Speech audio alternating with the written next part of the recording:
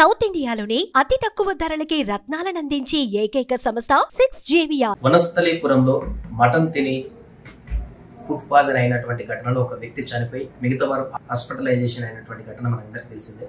ఈ నేపథ్యంలో ఈ వార్త ఒకసారిగా సంచలనంగా మారింది. నిజంగానే మటన్ తినడం వల్లే వారికి ఫుడ్ పాయిజన్ అయిందా, వారి హెల్త్ కండిషన్ ఏంటి, వారు ఏం తిన్నారు ఆ రోజు, దానికి సంబంధించి ఇక్కడ హాస్పిటల్లో అడ్మిట్ అయినాక వారి కండిషన్ ఏ రకంగా ఉంది, ఎంతమంది జాయిన్ అయ్యారో పూర్తిగా తెలుసుకుందాం. మనతో పాటు ఇక్కడ హిమాలయ హాస్పిటల్ హెల్త్ డైరెక్టర్ గారు ఉన్నారు, వినయ్ రెడ్డి గారు, వారితో మాట్లాడడం. సార్, ఎంతమంది జాయిన్ అయ్యారు హాస్పిటల్లో, ప్రస్తుతం వారి కండిషన్ ఏ విధంగా? మన హాస్పిటల్లో మొత్తం 9 మెంబర్స్ అడ్మిట్ అయ్యారండి. నిన్న ట్యూస్డే 11 AM నుంచి నైట్ 8 PM వరకు ఒకే ఫ్యామిలీ మెంబర్స్ 9 మెంబర్స్ అడ్మిట్ అయ్యారండి. అడ్మిషన్ పాయింట్లో అందరూ క్రిటికల్గా ఉన్నారండి. అందరు పల్స్ వాల్యూమ్ అన్నీ లో వచ్చేసాయండి. బీపీ వచ్చేసి అందరిది 80, 60, 40, 50, కొందరు 30, 40 అలా ఆ కండిషన్లో అందరూ ప్రజెంట్ అయ్యారు. వాళ్ళ ప్రజెంటేషన్ కంప్లైంట్ వచ్చేసి అందరికీ వామిటింగ్స్, మోషన్స్, సివియర్ డిహైడ్రేషన్ స్టేట్లో మన హాస్పిటల్ రావడం జరిగిందండి. వాళ్ళందరూ ప్రస్తుతం అందరినీ నైట్ ఐసీయూలో స్టెబిలైజ్ చేసామండి. అవుట్ ఆఫ్ 9 మెంబర్స్లో 7 మెంబర్స్ స్టేబుల్ అయిపోయారు. వాళ్ళ బీపీ మెయింటైన్ అవుతుంది, పల్స్ రీగెయిన్ అయిందండి, pulse volume plus motions, loose stools అన్ని కంట్రోల్ అయిపోయాయి. ఒక ఇద్దరు పీపుల్ ఏంటంటే ఒకరు 64 years ఏజ్ అండి. దానికి కోమార్బిడ్స్ అంటే బీపీ ఉండడం, సిఓపిడి కండిషన్ ఉండడం వల్ల ఈ అక్యూట్ డిహైడ్రేషన్ వల్ల వేరే కండిషన్స్ అగ్రివేట్ అయ్యాయండి. తన సాచురేషన్ మెయింటైన్ అవ్వలేదు నైట్ అంతా. ఇప్పుడు యాజ్ ఆఫ్ నో అయితే వితౌట్ ఆక్సిజన్ తను మెయింటైన్ అవుతున్నారు. తన కండిషన్ ఇప్పుడు స్టెబిలైజ్ అవుతుందండి. వెరీ వెరీ క్రిటికల్ నుంచి కొంచెం క్రిటికల్ స్టేజ్కి వచ్చారు. ఆ పాప వచ్చేసి కంటిన్యూస్ 7 years old పాప అండి. తను పీడియాట్రిషియన్ కంట్రోల్లో ఉన్నారు, మెడిసిన్ అందరూ క్రిటికల్ టీమ్ చూస్తున్నారు. ఆ పాపకు వచ్చేసి హై గ్రేడ్ ఫీవర్స్ ఉంటున్నాయండి కంటిన్యూస్ గా. నిన్న అడ్మిషన్ నుంచి మొదలు పెడితే నైట్ 4 AM వరకు కూడా 104, 103 continuous fevers and continuous loose stools ఉన్నాయండి. ప్రస్తుతం బేబీ అనేది స్టెబిలైజ్ అవుతున్నారు. నిన్న స్టూల్ ఫ్రీక్వెన్సీ అంటే ఎన్నిసార్లు వెళ్తున్నారు అనేది ఒక డేలో నిన్న 20 to 30 వెళ్ళి ఉండొచ్చు. ఇప్పుడు ఫ్రీక్వెన్సీ తగ్గింది, టెంపరేచర్ కూడా తగ్గుతుంది, 99, 100 వస్తుంది. ఆ పాపకు కూడా బీపీ స్టెబిలైజ్ అయిపోయిందండి. ఎలక్ట్రోలైట్స్ ఇంబ్యాలెన్స్ ఉంది పాపకి, అది కూడా కరెక్షన్ చేసామండి. ఇంకొక పర్సన్ సంతోష్ కుమార్ అని ఉన్నారండి. తను acute dehydration, severe low BP వల్ల ఏంటంటే కిడ్నీ ఫెయిల్యూర్కి వెళ్ళిపోయారు. క్రియాటిన్ అనేది షూటప్ అయిందండి 3కి 4కి. As of now it regain, మన అగైన్ కిడ్నీ అనేది నార్మల్ కండిషన్కి వచ్చింది. అక్యూట్ కిడ్నీ ఫెయిల్యూర్ నుంచి నార్మల్ కండిషన్ రీగెయిన్ అవుతున్నారండి తనకి. ఇక్కడ ఉన్న పేషెంట్స్ అందరూ ఒకే ఫ్యామిలీ, ఒక పాయింట్ సోర్స్ నుంచి వచ్చారండి.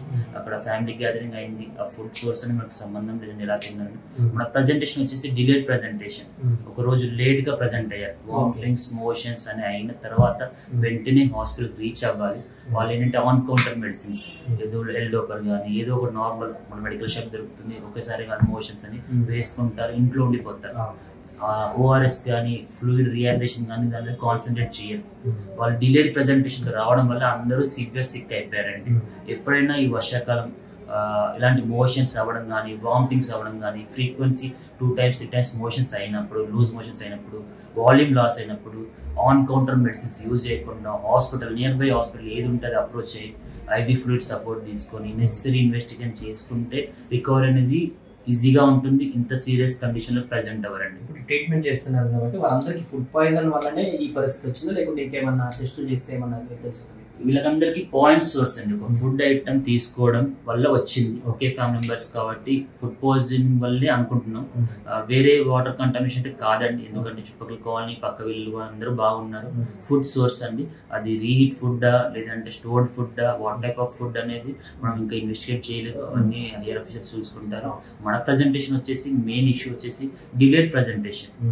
వామిటింగ్స్ అయినప్పుడు, మోషన్స్ అయినప్పుడు వెంటనే హాస్పిటల్కి రావాలి. వెంటనే డిలే అయిపోద్ది, ఇంకా షాక్ లోకి వెళ్ళిపోతారు. మన ప్రజెంటేషన్ 9 మంది హైపోవాలిమిక్ షాక్ లో వచ్చేసారు. బాడీలో ఉన్న ఫ్లూయిడ్ అంతా డ్రైన్ అవడం, డిహైడ్రేషన్ కండిషన్ లో వచ్చేసారు. నిన్న చనిపోయినటువంటి వ్యక్తి ఇక్కడికి వచ్చినాక చనిపోయారు, అంతకుముందు చనిపోయారు? లేదండి, మనకి పేషెంట్ బ్రాడ్ డెడ్ తీసుకొచ్చారు. చనిపోయాక 1/2 hour 1 hour తర్వాత మన దగ్గర తీసుకొచ్చేసారు. సో ఇప్పుడు ఆయన ఒకవేళ ముందు రోజు వస్తే బతికే ఛాన్సెస్ ఉండేనా? డెఫినెట్ గా అండి, వాల్యూమ్ లాస్ అవ్వకుండా ఆపుతాం, ఎలక్ట్రోలైట్ ఇంబ్యాలెన్స్ అవ్వకుండా ప్రివెంట్ చేయగలుగుతాం. కంప్లీట్ గా ప్రెజెంటేషన్ డిఫరెంట్ గా ఉండేది, ఇంత సివియర్ గా మనం ప్రెడిక్ట్ ఉండకపోవచ్చు. సో ఇప్పుడు మిగతా వాళ్ళందరూ అయితే safe condition. Out of 9 people అండి, ఒకే ఫ్యామిలీ మెంబర్స్ అడ్మిట్ అయ్యారు. ఒక పర్సన్ తను వేరే ఊర్లో అడ్మిట్ అయ్యారు, వేరే ఊరికి వెళ్ళారంట. అదే ఫ్యామిలీలో ఆ ఫుడ్ తీసుకున్న వాళ్ళు. అవుట్ ఆఫ్ 9 members లో 7 మెంబర్స్ స్టేబుల్ గా ఉన్నారండి. మిగతా 2 మెంబర్స్ కూడా ఈవినింగ్ కల్లా స్టెబిలైజ్ అవుతారు. పీడియాట్రిక్ చిన్న పాప ఉంది, తనకి మాత్రం టెంపరేచర్ స్పైక్స్ ఎక్కువ ఉన్నాయి, తను కూడా స్టెబిలైజ్ అవుతారు. ఆ లైన్ లోనే ఉన్నారు, ప్రోగ్రెసివ్ వేలో ఉన్నారండి. తను డిశ్చార్జ్ ఇప్పుడు టూ ఇయర్లీ అండి. వాళ్ళకి మనం అబ్జర్వేషన్ ఉంచుతాము, కావాలంటే ఐసీయూ నుంచి వార్డుకి షిఫ్ట్ చేస్తామండి. వాళ్ళందరికీ బీపీ ఇవన్నీ మెయింటైన్ అయ్యాక ఒక్కొక్కరికి స్లోగా వాళ్ళ ప్యాటర్న్ బట్టి పల్స్ వాల్యూమ్ రీగైన్ అయ్యాక డిశ్చార్జ్ చేసుకుంటాం. మేనేజింగ్ డైరెక్టర్ గారు ఉన్నారు, వారితో ఒకసారి మాట్లాడారు. సరే, వీళ్ళందరి పరిస్థితి చూసారు కదా సార్, ఎట్లా ఉంది? వీళ్ళ ఎట్ ఏ టైం అందరూ రావడం జరిగిందా? వాళ్ళకి ఎంత ట్రీట్మెంట్ ఎలా కొనసాగించారు? ముందు ఫ్యామిలీ మెంబర్స్ మొత్తం వచ్చారు, కాకపోతే ఒక్కొక్కరుగా సిక్ అవ్వడం స్టార్ట్ అయింది. వాళ్ళ సీరియస్ కండిషన్ బట్టి ఒక్కొక్కరిని అడ్మిట్ చేసుకుంటూ పోయారు. మార్నింగ్ 10 తర్వాత మొదలు పెడితే సాయంత్రం 4 వరకు ఒక్కొక్కరుగా సీరియస్ అవుకుంటూ వచ్చారు. వాళ్ళు హ్యూమన్ గ్రౌండ్స్ లో ఆలోచించి మేము ఫైనాన్షియల్ గా ఆలోచించకుండా 9 మెంబర్స్ అడ్మిట్ చేసుకుని ట్రీట్మెంట్ ఇస్తున్నాం. అందరూ ఎట్ ఏ టైం వచ్చారు సార్, లేకపోతే ఒకరు తర్వాత వచ్చారు? అందరూ అంటే డిఫరెంట్ టైంలో వచ్చారు. ఫస్ట్ ఏదైతే డెత్ అయిందో అతను తీసుకొచ్చారు, బ్రాండెడ్ గా భావించి గవర్నమెంట్ హాస్పిటల్ పంపించాము. ఆ తర్వాత ఇద్దరు, తర్వాత ఒక్కొక్కరుగా వచ్చి ఇక్కడ అటెండెంట్ గా ఉన్న వాళ్ళు కూడా సిక్ అవ్వడం మొదలయ్యారు. సీరియస్ అవుతా ఉంటే వాళ్ళని అడ్మిట్ చేసుకుంటూ వచ్చారు. సో ఇప్పుడైతే అందరూ బాగా ప్రెసెంట్ డాక్టర్ గారు చెప్పినట్టుగా స్లోలీ రికవరీ ఉంది. రేపటి వరకు మాక్సిమం స్టేబుల్ అవుతారు. సో ఇప్పుడు డిఎంఓ సోదరు కూడా వచ్చినట్టు, వారు కూడా అబ్జర్వ్ చేశారు, హెల్త్ కూడా ఇవ్వడం జరిగింది. వారు ఎట్లా వాళ్ళు చెప్పారు సార్? వాళ్ళు కూడా సంతోషంగా ఫీల్ అయ్యారు. ఆ ట్రీట్మెంట్ నైట్ మొత్తం చాలా యాక్టివ్గా డాక్టర్స్ కానీ 2 బెడ్లకు ఒక డాక్టర్ని పెట్టాము, నర్సింగ్ స్టాఫ్ కానీ ఫుల్ ఎఫర్ట్ వేసాము. మొత్తం సార్ కూడా చాలా సంతోషించారు. మొత్తం పేషెంట్లను కూడా అడిగారు, చాలా సంతోషంగా. ట్రీట్మెంట్ ల్యాబ్స్ ఎక్కడా లేదు. ట్రీట్మెంట్ ల్యాబ్స్ లేకుండా ఇమ్మీడియట్ గా హ్యూమానిటీ గ్రౌండ్స్ లో ఒక ఫ్యామిలీ మెంబర్స్ నుంచి 9 మెంబర్స్ రావడం వల్ల ఇమ్మీడియట్ గా ట్రీట్మెంట్ స్టార్ట్ చేయడం వల్ల పేషెంట్స్ అనేది వెరీ సీరియస్ కండిషన్ నుంచి స్టేబిలైజ్ అయ్యారండి. స్టేబుల్ అయ్యాక ఇంకా నార్మలైజ్ అయ్యాక డిశ్చార్జ్ చేయగలుగుతామండి. ఇలాంటి ఏంటంటే ఒకేసారి ఇంతమంది పీపుల్ రావడం, గ్యాదరింగ్స్ లో డిలే అవ్వడం, మనం కూడా కామన్ గా మిస్టేక్ చిన్న మోషన్సే కదా, వామిటింగ్స్ చిన్నదే కదా అని డిలే ప్రెజెంటేషన్ వస్తే, ఎక్కడ క్రిటికల్ అయ్యాక వస్తే కొంచెం టఫ్ అని ఉంటుంది situation. When you are think suspect anything, మీ కడుపులో బాగాలేదు, వామిటింగ్స్ అవుతున్నాయి, ఫ్లూయిడ్ లాస్ అవుతున్నప్పుడు ఎంత లాస్ అవుతుందో దాని తగ్గట్టు ఓఆర్ఎస్ కానీ, హాట్ వాటర్ కానీ, ఫుడ్ కానీ, ఫ్లూయిడ్స్ కానీ తీసుకోవాలండి.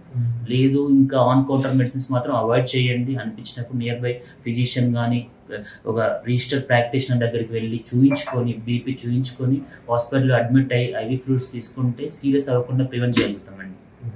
సో అది ఇన్ టైంలో కనుక వస్తే శ్రీనివాస్ అనేటువంటి వ్యక్తి కూడా బ్రతికే ఉండేటువంటి అవకాశం ఉండేది. మిగతా వాళ్ళు కూడా కరెక్ట్ టైంకి వచ్చారు కాబట్టి కొంత వారికి వచ్చినప్పుడు కొంత హెల్త్ కండిషన్ అటు ఇటుగా ఉన్నా కూడా ఇప్పుడు అందరూ కూడా స్టేబుల్ అయిపోయారు. ఇక్కడ సరైనటువంటి చికిత్స అందించడం కారణంగా వారందరూ కూడా ప్రస్తుతానికి అయితే స్టేబుల్ గానే ఉన్నారు. ఇంకొక వ్యక్తి చనిపోయినటువంటి వ్యక్తి కూడా కొంత లేట్ గా వీళ్ళు రెస్పాండ్ కావడం, అంటే మండే నుంచి సిమ్టమ్స్ స్టార్ట్ అయి కొంత అన్హెల్దీగా ఉన్నా కూడా వీరు ట్యూస్డే రావడంతో అతను కొంచెం ఎక్కువ సీరియస్ అయిపోయి అప్పటికే మరణించినట్టుగా తెలుస్తున్నారు. అదే రోజు వచ్చేదంటే సోమవారం సాయంత్రం ఖచ్చితంగా అతన్ని కూడా కాపాడే వాళ్ళం అంటూ కూడా డాక్టర్ గారు చెప్తున్నారు. ఏదేమైనా కూడా ప్రస్తుతం హిమాలయ హాస్పిటల్లో ఉన్నటువంటి పేషెంట్స్ అందరూ కూడా ప్రస్తుతం స్టేబుల్ గా ఉన్నారు. వారికి ఎలాంటి సివియర్ కండిషన్ హెవీగా ఉన్నట్టయితే లేదంటూ కూడా వారు చెప్తున్నారు. కెమెరామెన్ నగేష్తో సాయి, ఎల్బీ నగర్ నుంచి. సుమన్ టీవీలో మీ పర్సనల్ అండ్ బిజినెస్ ప్రమోషన్స్ కోసం కింది నెంబర్కి కాంటాక్ట్ చేయండి.